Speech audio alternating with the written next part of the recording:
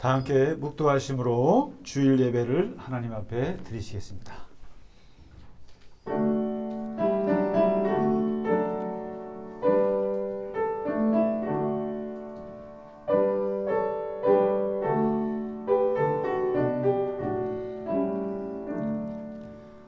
나의 생전에 여호와를 찬양하며 나의 평생에 내 하나님을 찬송하리로다. 시온아, 여호와는 영원히 다스리시고 내 하나님은 대대로 통치하시리로다. 아멘.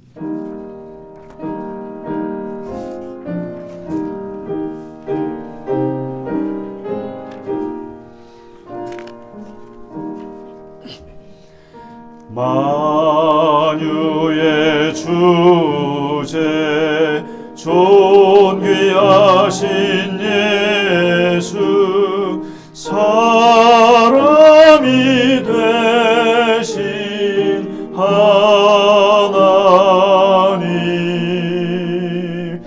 나 사모하여 영원히 섬길 내 영광 되신 주로다. 화려한 동산 무성한 저수모 다 아름답고 묘하나 순전한 예수 더 아름다워 봄 같은 기쁨 주시네.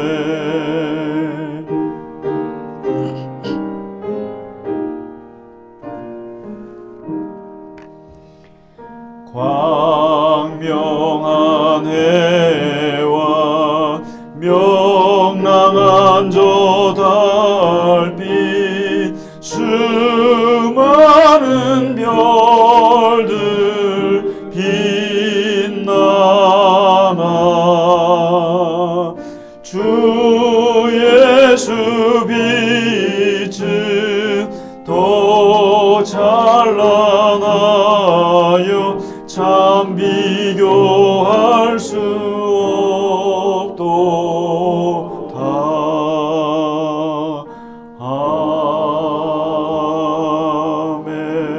아멘. 사도신경으로 우리의 신앙을 함께 고백하겠습니다. 나는 전능하신 아버지 하나님 천지의 창조주를 믿습니다. 나는 그의 유일하신 아들 우리 주 예수 그리스도를 믿습니다. 그는 성령으로 잉태되어 동정녀 마리아에게서 나시고 본디오 빌라도에게 고난을 받아 십자가에 못 박혀 죽으시고 장사된 지 사흘 만에 죽은 자 가운데서 다시 살아나셨으며 하늘에 오르시어 전능하신 아버지 하나님 우편에 앉아 계시다가 거기로부터 살아있는 자와 죽은 자를 심판하러 오십니다. 나는 성령을 믿으며 거룩한 공교회와 성도의 교제와 죄를 용서받는 것과 몸의 부활과 영생을 믿습니다. 아멘. 오늘의 교독문 11번 함께 교독하겠습니다. 여호와여 의의 호소를 들으소서. 나의 울부짖음에 주의하소서.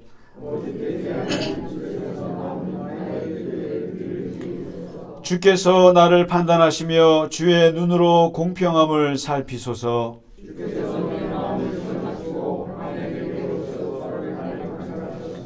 흠을 찾지 못하셨사오니 내가 결심하고 입으로 범죄하지 아니하리이다.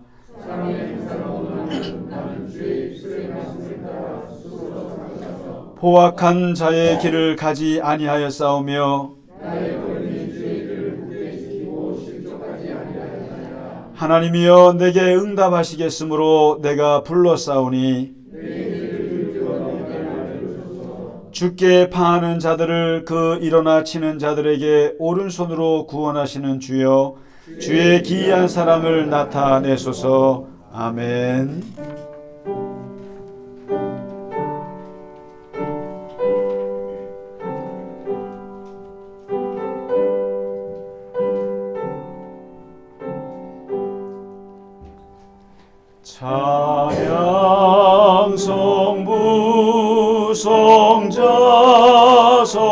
성령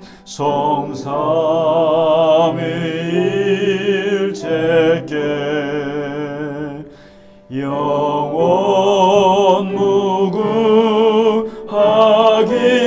무궁하기까지 영광을 돌리세. 영광을 돌리세. 아멘.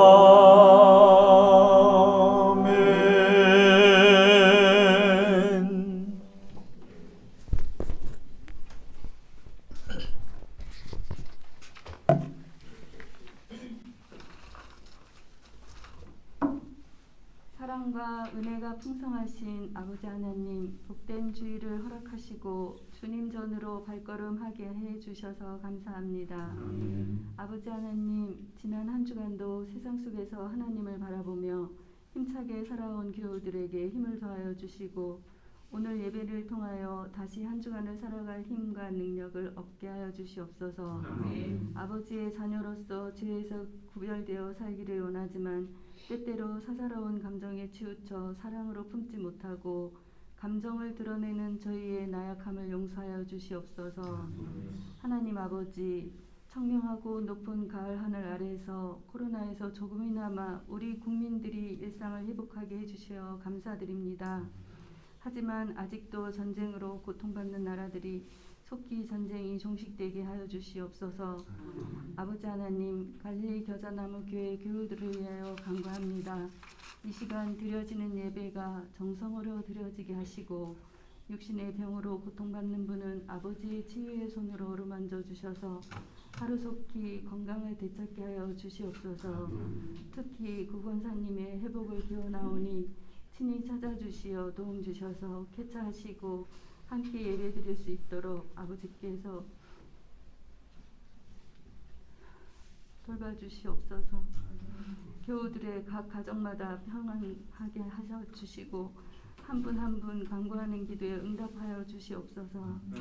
생명의 말씀 들고 단회에 서신 김상기 목사님께 성령의 능력으로 붙들어 주시고 말씀을 통하여 아버지께서 주시는 참된 평안과 기쁨을 얻는 귀한 시간 되게 하여 주시옵소서. 정성으로 마련한 전교인의 거룩한 찬양을 기뻐 받아 주실 것을 믿사오며 우리를 구원해 주신 예수님의 이름으로 기도드리옵나이다. 아멘.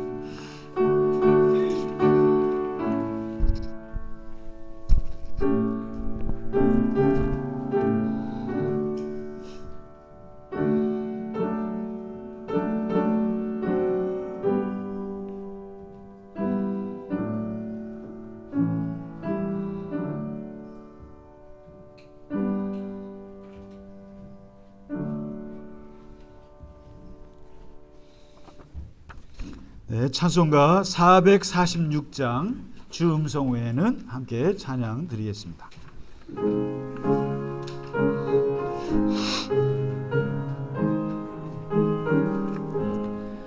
주 음성 외에는 참 기쁨 없도다. 날 사랑하신 주 늘 계시옵소서. 기쁘고 기쁘도다. 항상 기쁘도다. 나 주께 왔사오니 복 주옵소서. 나 주께 왔으니 복 주시옵소서. 주와 함께 계시면 그 시험이 이기네. 기쁘고 기쁘도다. 항상 기쁘도다. 나 주께 왔사오니 복 주옵소서. 주 떠나가시면 내 생명 헛되네. 기쁘나 슬플 때 늘 계시옵소서. 기쁘고 기쁘도다 항상 기쁘도다 나 주께 왔사오니 복 주옵소서.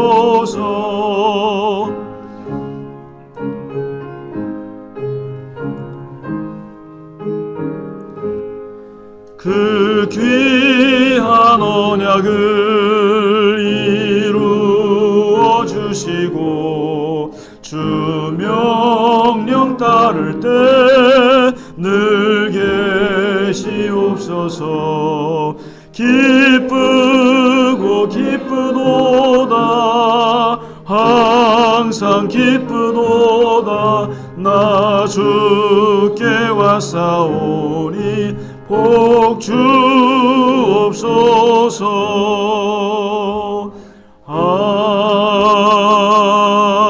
아멘. 아멘. 네, 교회 소식을 몇 가지만 전해드리겠습니다. 지난주에 수요 성경 공부를 우리 사무실에서 시작을 했는데 무려 6분이나 오셨어요. 엄청나게 많이 오셨어요. 예, 그래서 끝나고 우리 참 좋은 게요. 주일날 못 오시는 분이 오시니까 너무 좋았어요. 그리고 또 우리 교회 처음 오시는 분도 또 박혜장 원사님이 또 전도해 오시고 그래서 식사도 맛있게 하고 또 커피도 여러분 아세요? 여기 현대 그룹 빌딩 옆에 되게 바깥에 잔디밭 있고요. 거기 커피 마시기 되게 좋아요. 예, 그래서 이 주변에 아주 너무 좋은데 이렇게 오랜만에 교우분들 직접 얼굴 보고 성경 공부하니까 너무 좋았습니다. 그래서 그냥 시간 되시면은 수요일에 내가 이번 주일날 못 갔다 그러면은 수요일이라도 한번 오시면은 참 좋겠다. 저도 너무 좋았어요.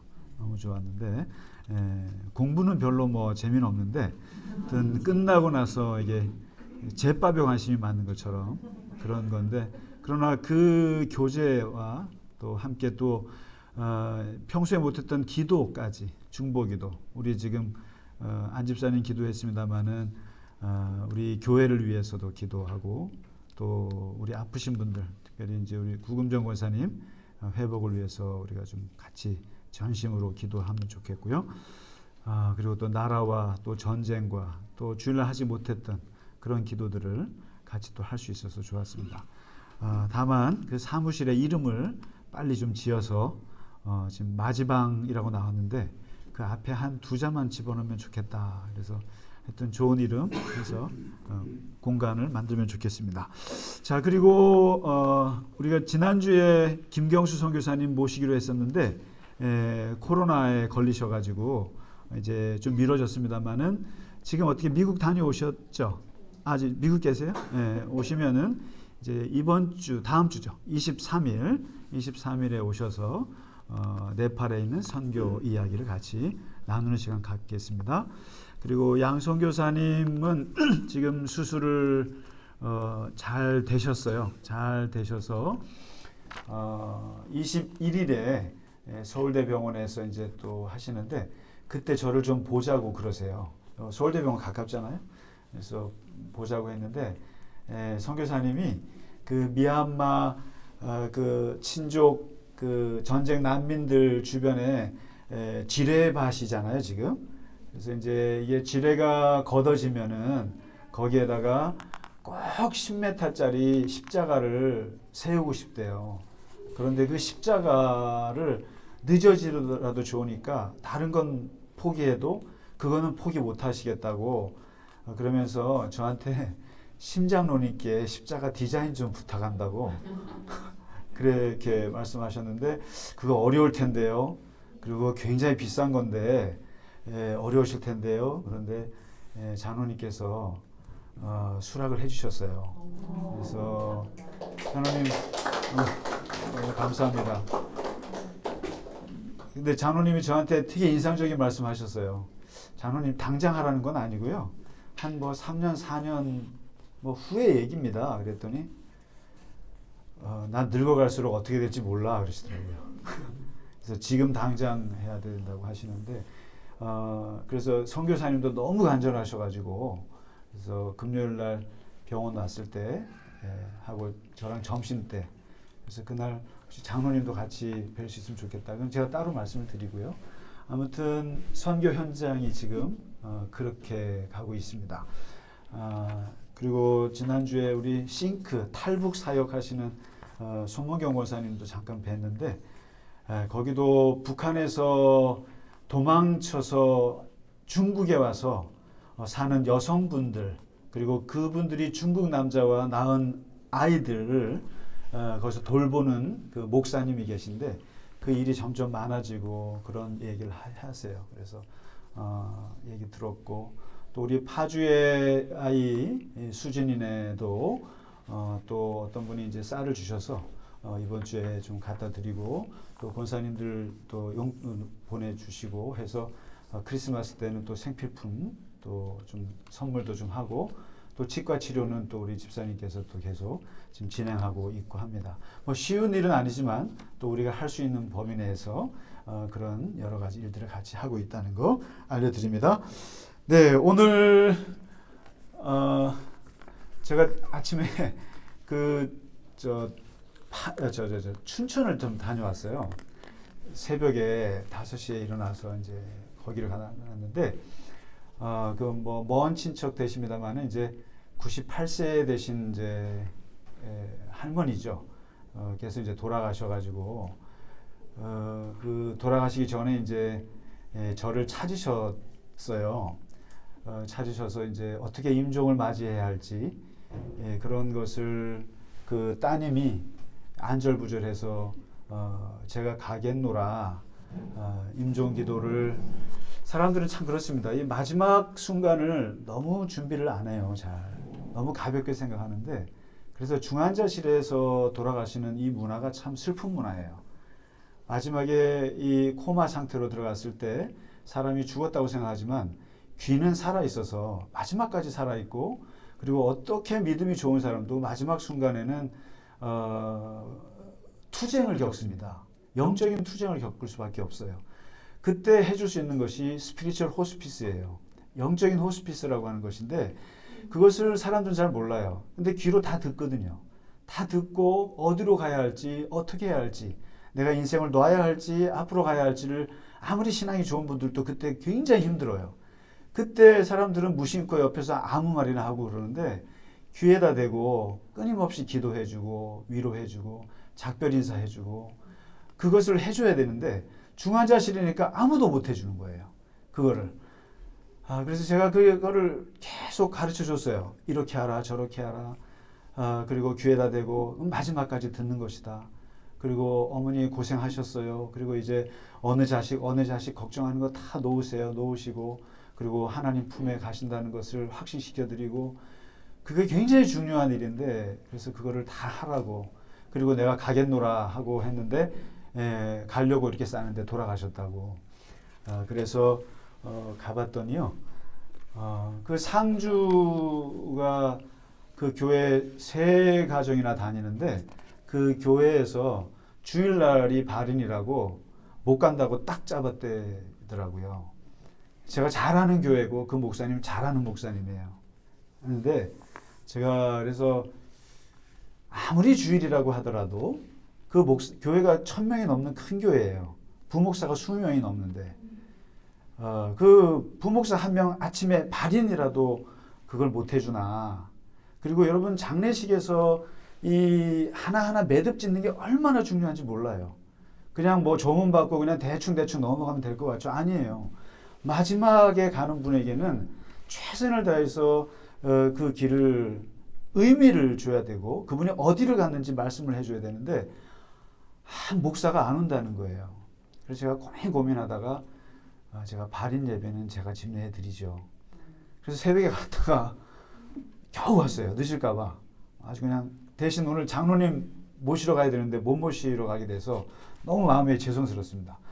그런데도 1등을 오셨어요, 오늘. 제가 이따가는 같이 가도록 하겠습니다. 그래서 참 그런 일이 있었다는 걸 말씀드리고 혹시라도 여러분 주변에 임종을 맞이하시는 분들은 혹시 언제든지 목사를 부르세요. 그리고 못 부르는 경우에는 내가 하세요. 내가 옆에서 도와주셔야 돼요. 귀에다 대고. 제가 무시 코마 상태에 있는 분을 1년 반을 옆에서 매주일마다 기도를 해 드린 적이 있는데, 젊은 사람을. 사람들은 코마 상태에 있으면 못 알아듣는 줄 알아요. 아니요, 다 들어요. 욕하시면 안 돼요, 그 앞에서. 그 귀에다 대고 항상 좋은 얘기 해주시고 하셔야 되고, 준비를.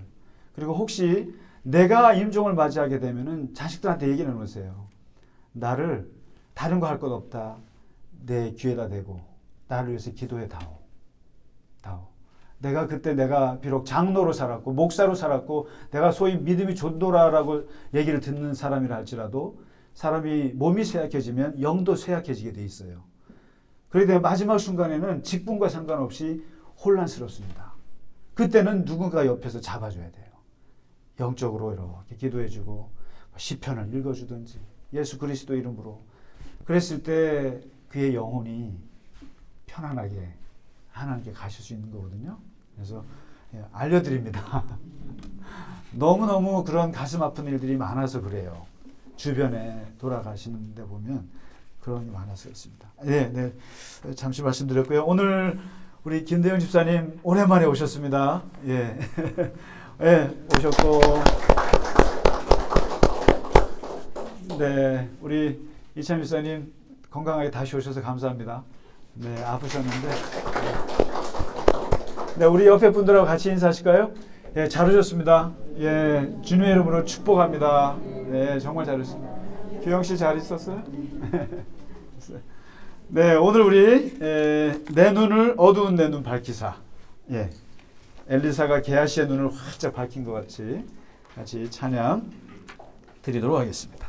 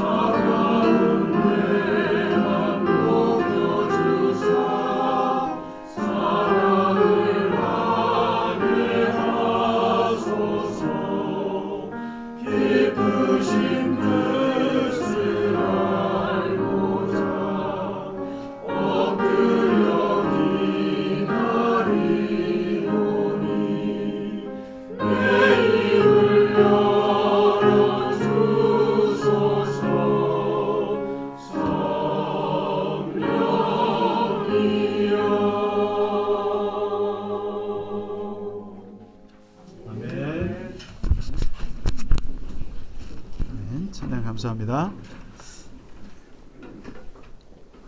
네, 오늘 우리에게 주신 하나님 말씀은 누가복음 12장 13절에서 21절에 있는 말씀이 되겠습니다.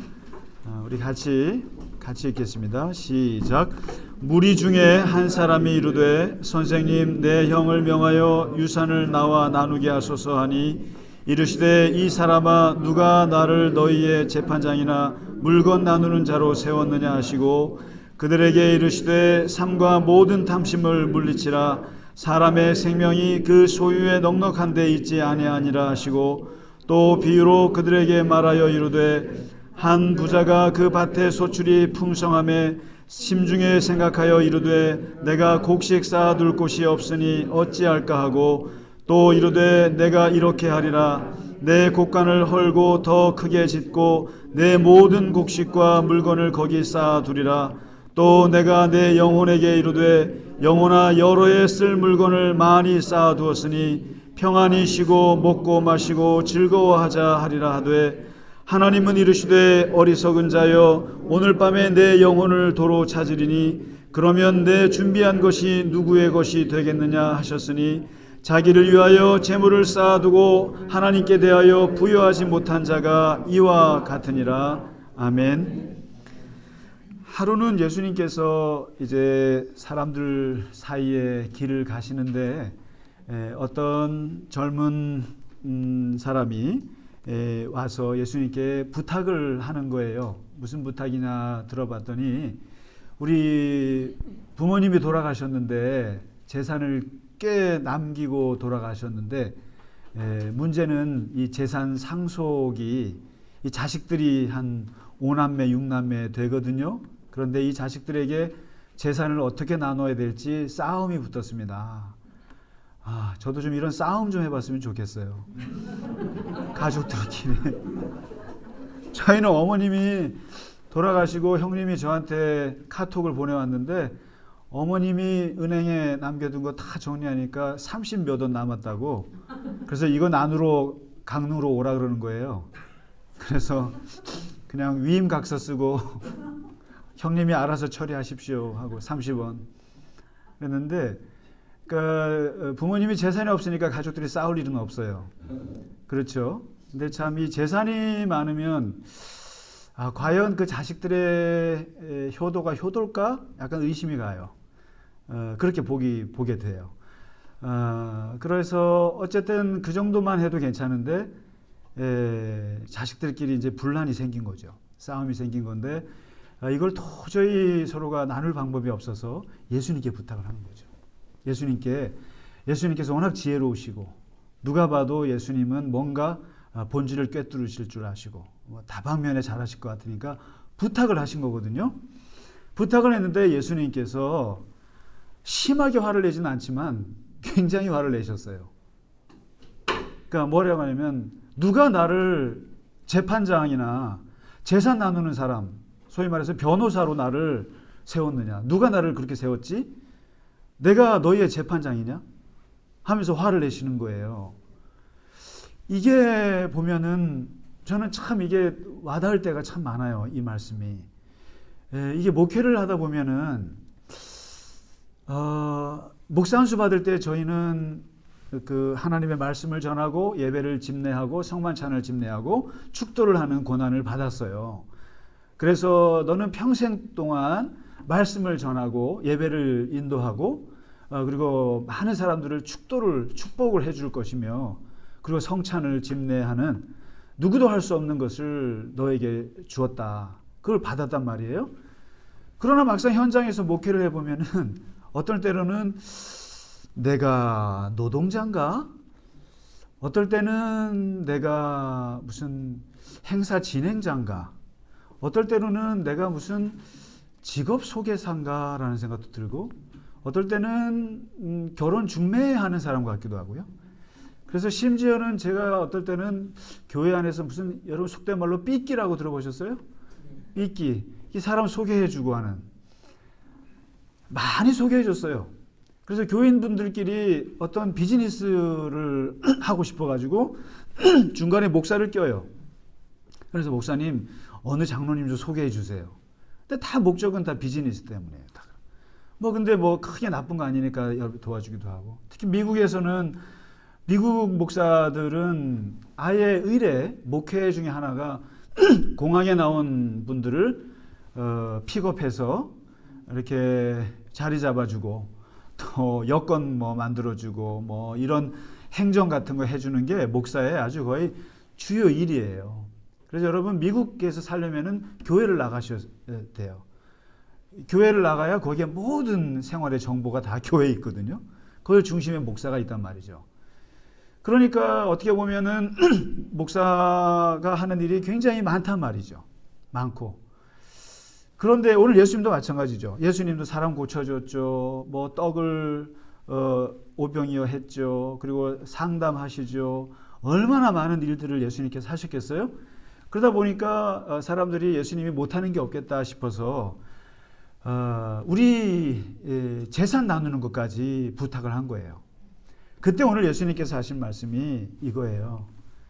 본업 정신을 지금 얘기하시는 거예요. 내가 원래 나의 자리가 원래 나의 해야 할 일은 이게 아니죠. 남의 집 재산 나누는 거 분쟁 조정해주는 그러한 재판관이 아니라는 거예요. 많은 일들을 할 수 있지만 그러나 자기에게 주어진 가장 중요한 하나님의 핵심적인 소명이 하나씩 있어요. 근데 그걸 잃어버리면 안 된다는 말씀이에요. 지금 예수님 말씀. 내가 많은 일을 하지만 그러나 나의 본업은 그게 아니다. 내가 왜 너의 재산 나누는 일에 내가 끼어서 그걸 하느냐 이거죠. 이런 말씀하시거든요. 그러면서 예수님이 대신 내가 너네 재산을 분할하는 것은 내가 관여하지 않겠지만 대신 내가 의미심장한 말씀은 내가 하나 주겠다.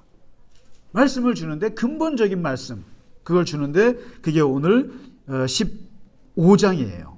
뭐냐면 탐심을 물리치라. 탐욕을 물리치라. 이런 얘기를 하세요. 탐욕. 여러분 우리 기독교에 죽음에 이르는 죄가 7가지가 있어요. 이게 기독교에서 1500년 동안 많은 죄가 있지요. 있는데 그 중에 7개의 가장 핵심적인 죄, 가장 핵심적인 악을 뽑아가지고 우리가 가르쳐 왔는데 첫 번째가 교만, 둘째가 시기, 세 번째가 분노. 이게 3개가 제일 커요. 그 다음에 4번째가 나태, 5번째가 탐욕, 그리고 탐식, 그리고 정욕. 7가지 죄악 중에 가장 인간을 지옥에 빠뜨리는 것 중에 하나가 여기 있어요. 탐욕, 욕심이라는 거죠. 욕심. 물질을 욕심을 내건 사람을 욕심을 내건 명예를 욕심을 내건 권력을 욕심을 내건 욕심이란 건 조심해야 된다. 탐욕을 조심해라. 그러면서 말씀하시기를 사람의 생명이 소유에 넉넉한 데 있지 않다. 이런 말씀을 하세요. 그러니까 지금 이 사람들이 부탁한 게 뭡니까? 이 재산 나누자는 거 아니에요? 예수님께서 3가지 말씀. 탐욕을 조심하라. 너네가 지금 나에게 질문하는 이 내면에는 뭐가 있냐면 탐욕이 문제가 된다. 형도 탐욕, 동생도 탐욕, 여동생도 탐욕, 남동생도 탐욕. 이 탐욕이 부딪혀서 지금 분쟁이 된 건데 탐욕이 문제다. 그러면서 말씀하시기를 사람의 생명, 먹고 사는 문제가 아니라 일단 사람의 생명이라고 하는 것이 재산의 많고 적음에 달려 있지 않다. 근데 지금 이 사람들은 자신의 생명이 돈에 달려 있다고 지금 목숨을 걸고 달라붙었기 때문에 싸움이 된 거란 말이에요. 근데 예수님께서 인간의 가장 소중한 가치가 생명인데 그 생명이 물질에 많고 적음에 달려 있겠느냐? 그렇게 화두를 던지고 나셔서 예수님께서 그 특유의 잘하시는 이야기를 하나 만들어 주세요. 못 알아들을 것 같으니까. 이야기 비유를 하나 만들어 주시는데 그 유명한 어리석은 부자 비유예요. 어떤 부자가 있었는데 이 부자가 사업에 손을 댔는데 너무 잘 된다. 너무 잘 돼가지고 그냥 흑자가 몇 몇백 프로가 그냥 생기는 거죠. 농사를 지었는데 너무 잘 되니까 이게 쌓아둘 데가 없어가지고 이때 이 부자가 고민을 하기 시작했다는 거죠. 행복한 고민. 이 많은 재산, 이 증식하는 재산을 어떻게 할까 하고 재산 앞에서, 그 돈 앞에서 이제 행복한 고민을 하는데, 여기서 이 부자의 세 가지 인생 철학이 나와요. 어리석은 인생 철학이라는 거죠. 아주 어리석은 인생 철학이 나오는데, 첫 번째, 더 크게 짓자. 창고를 더 크게 짓자. 더 크게 짓자. 이거 내가 올해 들어온 농사가 이게 쌀이 몇백 가마인데 이거 담을 데가 없으니까 창고를 더 지어서 더 크게 짓자. 이게 무슨 말이에요? 성장 욕망이에요. 성장 욕망인 거예요. 더 빨리, 더 많이, 더 높이, 더 크게. 이게 모든 자본주의 사회에서 사는 사람들의 욕망이에요. 빨리빨리 해. 이건 대한민국이 세계적이지 않습니까? 빨리빨리. 또 더 많이. 그리고 건물도 더 높이 짓고. 그리고 더 크게. 지금보다 더 빨리. 지금보다 더 많이. 그러니까 성장 욕망이 이 부자에게 있는 거예요. 그래서 재산이 들어오면 어떻게 해서든지 더 늘리는 것. 여러분, 저는 잘 모릅니다만은 이 돈 모으는 재미가 쏠쏠하죠. 경험 안 해보셨어요? 통장에 돈 들어오는 재미가 쏠쏠합니다.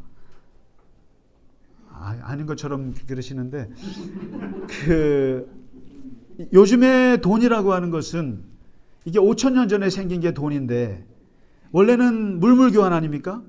근데 이 물물 교환했으면은 이런 탐욕이 없을 거라고 생각이 들어요. 나는 쌀이 필요한데 당신은 기름이 있어. 기름이 필요해. 그럼 서로가 물물 교환해요. 그걸로 끝이에요. 그런데 왜 인간의 탐욕이 생겼는가? 돈이라고 하는 것이 생기면서부터예요.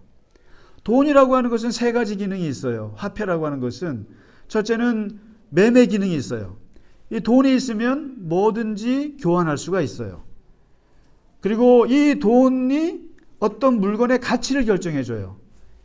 이 컵이 10,000원이라 그러면은 10,000원인 거예요. 근데 이게 1억이라 그러면은 유리관 씌워야죠, 여기다가. 그러니까 돈으로 이 물건의 가치를 결정을 해줘요. 그리고 마지막, 인간이 돈의 노예가 되게 된 결정적인 기능이 뭐냐면은 가치 저장 기능이에요.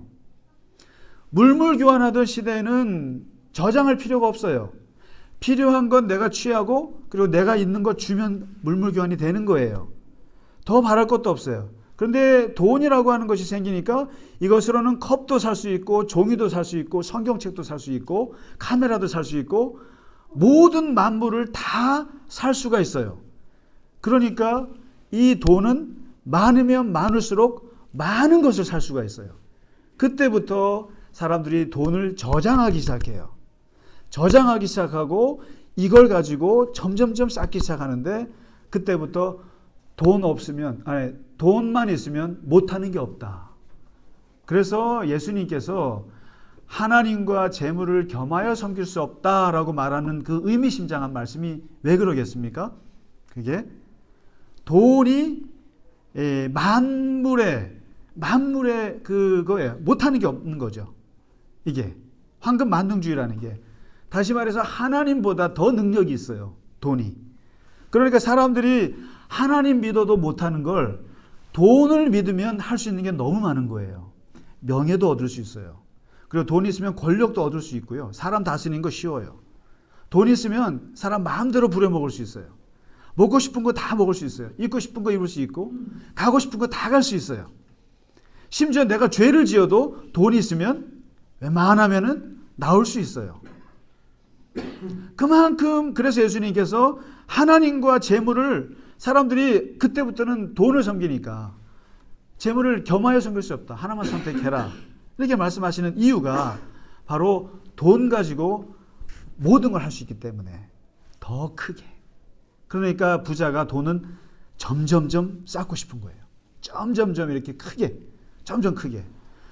그 다음에 두 번째, 여기 두 번째가 나온 거죠. 두 번째 뭐라고 말합니까?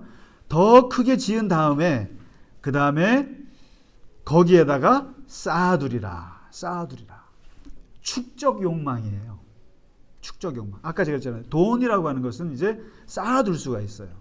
쌓아둘 수가 있으니까, 그리고 안정 욕망이 있는 거예요. 사람에게서. 돈을 벌었어요. 그 돈을 가지고 자꾸 쌓아놓는 거예요. 그래서 통장에 이 돈 들어오는 재미를 느끼는 거예요. 축적되는 재미.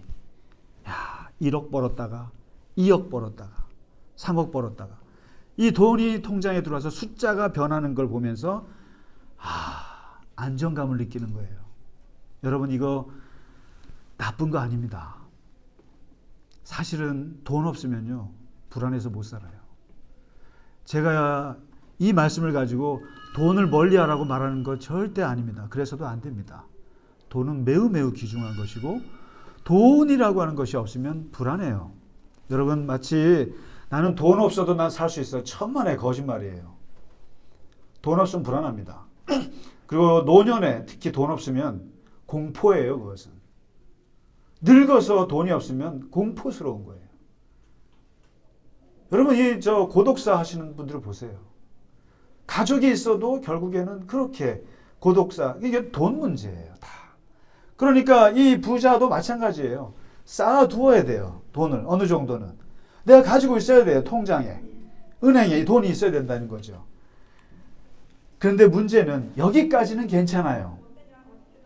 내가 돈을 모아야겠구나, 성장시켜야겠다, 좋아요. 그리고 잘 쌓아서 저축을 해놔야지, 좋은 거예요.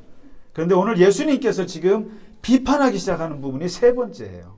세 번째인데 바로 이거는 안 돼요. 기독교인들은 첫 번째, 두 번째까지는 우리도 같이 해야 되는 거예요, 사실은. 근데 세 번째는 이렇게 사시면 안 돼요. 돈을 쌓아놓고 그 위에 딱 침대 깔아놓고 앉아갖고 뭐라 그러냐면은, 내가 이제 돈도 많이 벌었고, 그리고 내가 이거는 죽을 때까지 먹고 살 돈이 쌓였으니 여기서 평안히 쉬고 먹고 마시고 즐거워하자, 이거예요. 이게 바로 기독교인들과 세상 사람들이 갈라지는 지점이 여기여야 되는 거예요. 이 사람이 왜 어리석으냐면은 돈을 많이 벌어서가 아니에요. 돈을 많이 벌고 잘 쌓은 건 잘한 거예요. 그런데 문제는 이 돈방석에 앉아서 내 모든 행복을 여기에서 토대하리라. 내가 이제 이 돈방석 위에서 돈을 조금씩 뺏으면서 내가 평안히 쉬고, 내가 여행 갈 것도 여행 가고, 놀 것도 놀고, 또 쉴 때 쉬고, 먹고 마시면서 즐거워하겠다. 나는 이 돈으로 즐거워하고 이 돈을 쓰면서 내가 행복을 찾겠다라고 하는 거예요. 행복 욕망인데 바로 여기서 이 사람은 어리석은 거예요. 그러니까 세상에 물질만 있는 것이 아닌데 이 사람의 눈에는 뭐가 있냐면은 자기의 행복은 다 물질을 토대로만 이루어진 거예요, 이 사람은요. 돈이 있어야만 행복하고 그 돈이 있어야만 내가 즐거울 수 있다고만 생각하는 거예요. 그러면서 오늘 예수님께서 이 사람에게서 빠진 게 두 가지라는 걸 얘기하세요. 우리가 사실 기독교인들이 이거를 참 좀 심각하게 생각해야 되는 부분인데, 어리석은 부자가 망각한 거라는 거예요. 한번 잘 보세요. 그게 뭐냐면, 첫째가 여기에 이 부자의 인생 플랜 속에 나오지 않는 게 있어요. 두 가지가 안 나와요. 뭐가 안 나올까요? 이 돈을 가지고 벌어야지, 내가 쌓아야지, 그리고 여기서 내가 즐겁게 살아야지 라고 하는데, 여기에서 빠진 게 있는데, 하나가 이웃이 없고, 둘째가 하늘이 없어요. 하나님에 대한 게 없어요. 이 돈을 가지고 내가 누군가에게 투자해야지, 사람들에게 뭔가 나눠줘야지, 또 내 종들에게 어떻게 해줘야지, 이런 거라고는 전혀 없어요. 오직 내가 성장시킬 것이고 내가 돈을 쌓을 것이고 내가 그 돈 위에서 쉬고 평안히 먹고 마시며 즐거워할 거야. 나만 있어요. 나만. 오직 이 돈은 나만을 위해서 존재하지 이웃에 대한 생각이나 이 재물을 하나님께 어떻게 해야 된다는 거에 대한 전혀 개념이 없어요. 하나도 없어요. 하나도 없어요. 오직 자기만을 위한 거예요. 이게 첫 번째 어리석음이라는 거예요. 이 사람이. 어쩌면 돈을 그렇게 평생을 벌어서 그것을 어떻게 쓸지에 대한 생각을 하지 않을 수 있을까? 그냥 그 돈을 쌓아서 나만을 위해서만 쓴다고 할까? 이게 첫 번째 어리석음이고, 두 번째 심각한 어리석음이 있어요. 그건 뭐냐면은 오늘 20절에 있는 말씀이에요. 허허, 그래? 행복하게 살고 싶어? 그 돈 위에서 여행도 가고 집도 사고 좋은 차도 사고 사람들 부려가면서 그렇게 살고 싶어? 행복하게? 네. 그래? 그래. 그렇게 살아봐. 그래. 그러면 너 오늘 밤 가자. 오늘 밤 가자. 오늘 밤 가자. 이러면 이 사람은 미치고 환장하는 거예요. 하늘이 있었어? 인생의 끝이 있었어? 종말이라는 게 있었어, 내게?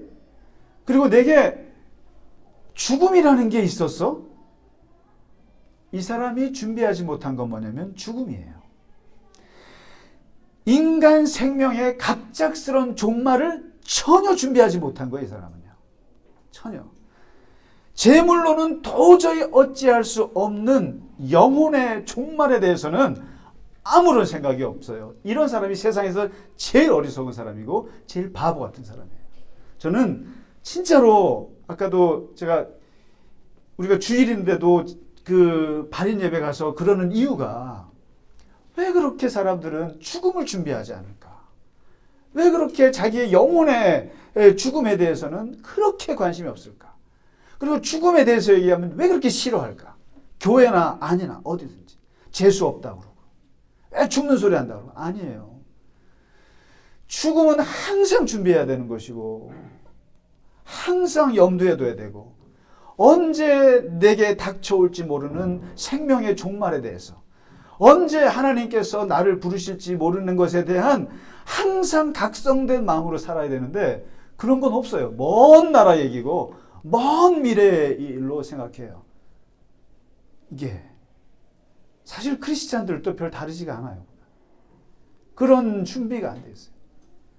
뭐 장래 얘기하고 죽은 얘기하고 그러면은 뭐 까만 옷 입고 뭐 이런 거 싫어하고 다 이렇게 멀리 하려고 그래요. 근데 여러분 기독교인들은요 세상의 어떠한 것으로부터도 아무런 관계가 없어요.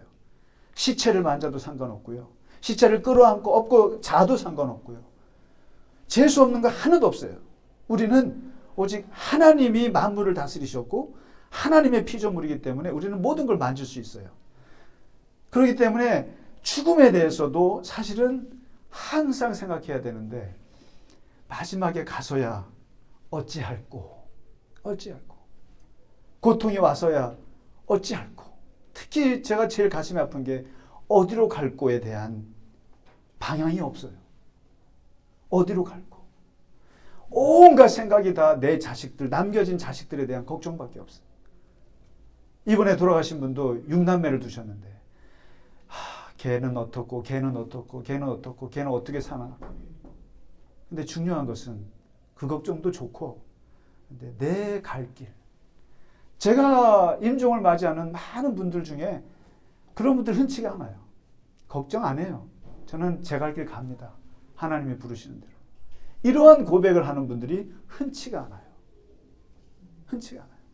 근데 이 어리석은 사람은 자기가 죽을 거라는 생각을 전혀 하지 않아요.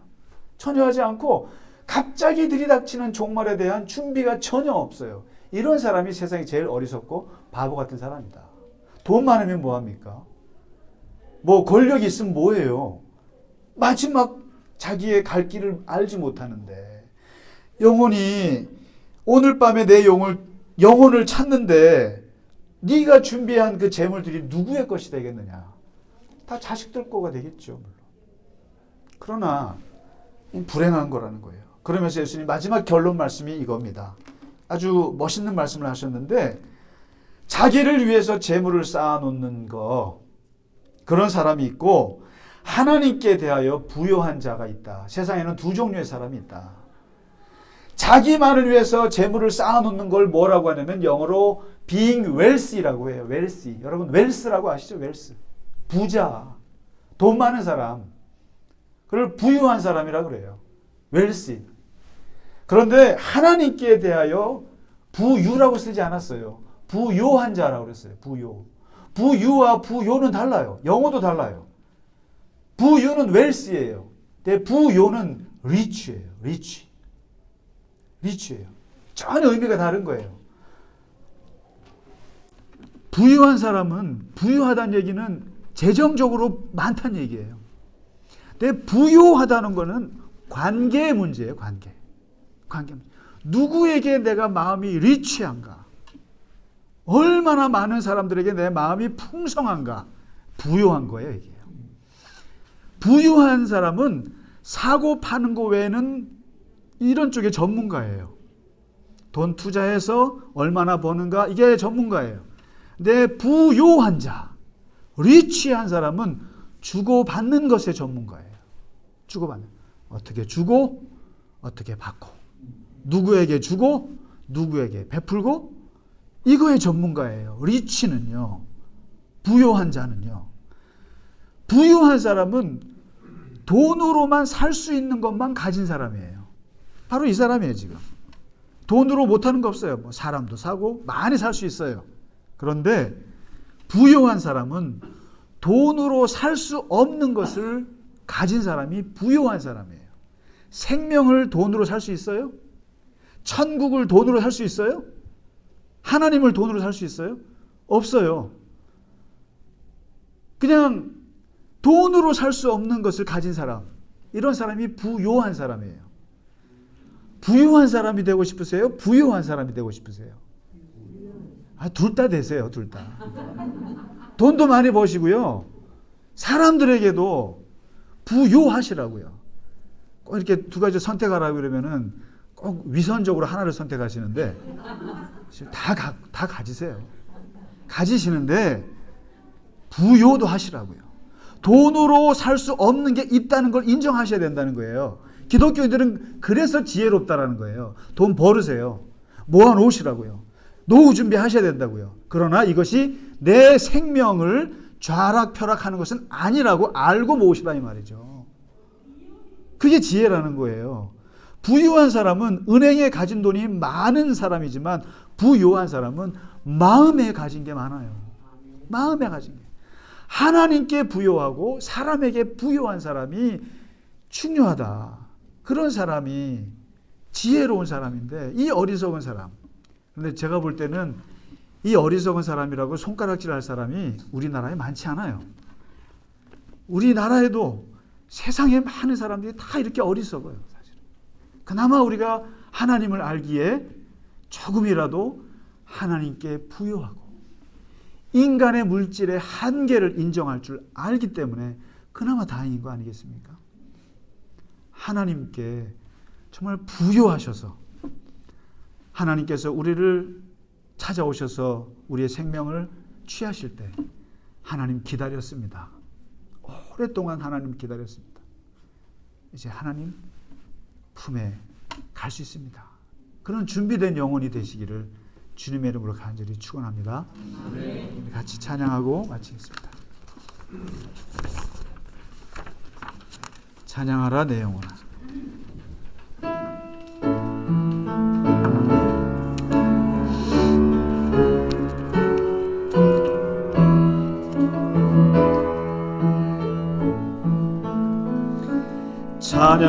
찬양하라 내 영혼아, 찬양하라 내 영혼아, 내 속에 있는 것들아 다 찬양하라.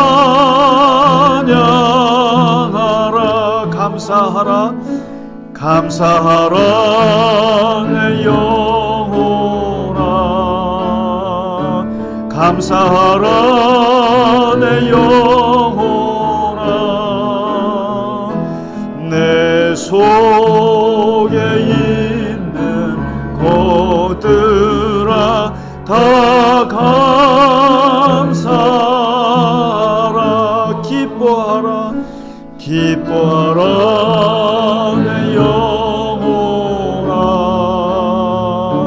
기뻐하라 내 영혼아. 내 속에 있는 것들아 다 기뻐하라.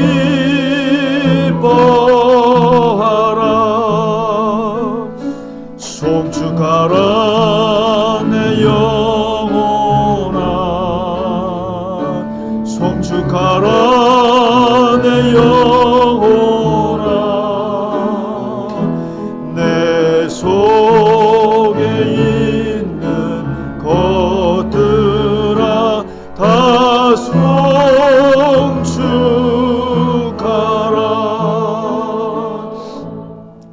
우리의 찬양을 받으시기에 합당하신 하나님 아버지, 오늘 우리에게 주신 귀한 은혜와 사랑을 하나님께 예배로 감사하며 찬양을 드리며 기도하며 하나님의 말씀을 나누며 주님을 예배할 수 있게 하여 주신 것을 감사합니다.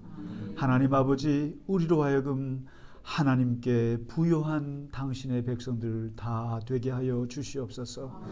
어리석은 부자와 같이 이 세상 것에만 집착하여 하나님이 준비하신 그 크신 은혜와 하늘의 선물을 하나님 모르고, 그리고 준비되지 못한 영혼이 되지 않게 하시고 오로지 하나님을 사랑하며 하나님을 향해서 우리가 준비된 영혼이 될 수 있도록 하나님 순간순간마다 우리를 붙잡아 주시고 우리와 동행하여 주시고 우리를 깨닫게 하시고, 오늘 주님께 찬양 드린 것처럼 우리의 눈을 여셔서 하나님을 보게 하여 주시옵소서.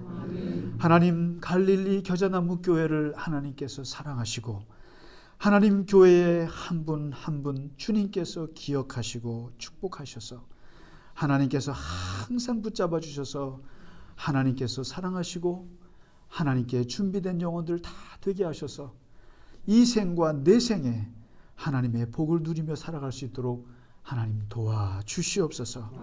선교사님들과 선교지와 그리고 많은 사역들 위해 하나님께서 함께하여 주시옵시며 전쟁과 또 어려움 속에 있는 곳에 하나님이 함께하셔서 이 땅에 전쟁이 그치게 하여 주시옵소서. 이 시간 주 앞에 드린 예물 위에 하나님 함께하시고 그 손길을 기억하시며 항상 주님의 동행하심과 주님의 인도하심으로 이끌어 주시옵소서. 이제는 우리 주 예수 그리스도의 크신 은혜와 하나님 아버지의 지극하신 사랑과 성령의 감화 감동 위로 교통하심이 오늘 주 앞에 예배하며 하나님 앞에 승리하며 살아가기를 원하는 모든 주의 백성들 머리 위에 이제로부터 영원까지 함께 하시기를 간절히 축원하나이다. 아멘.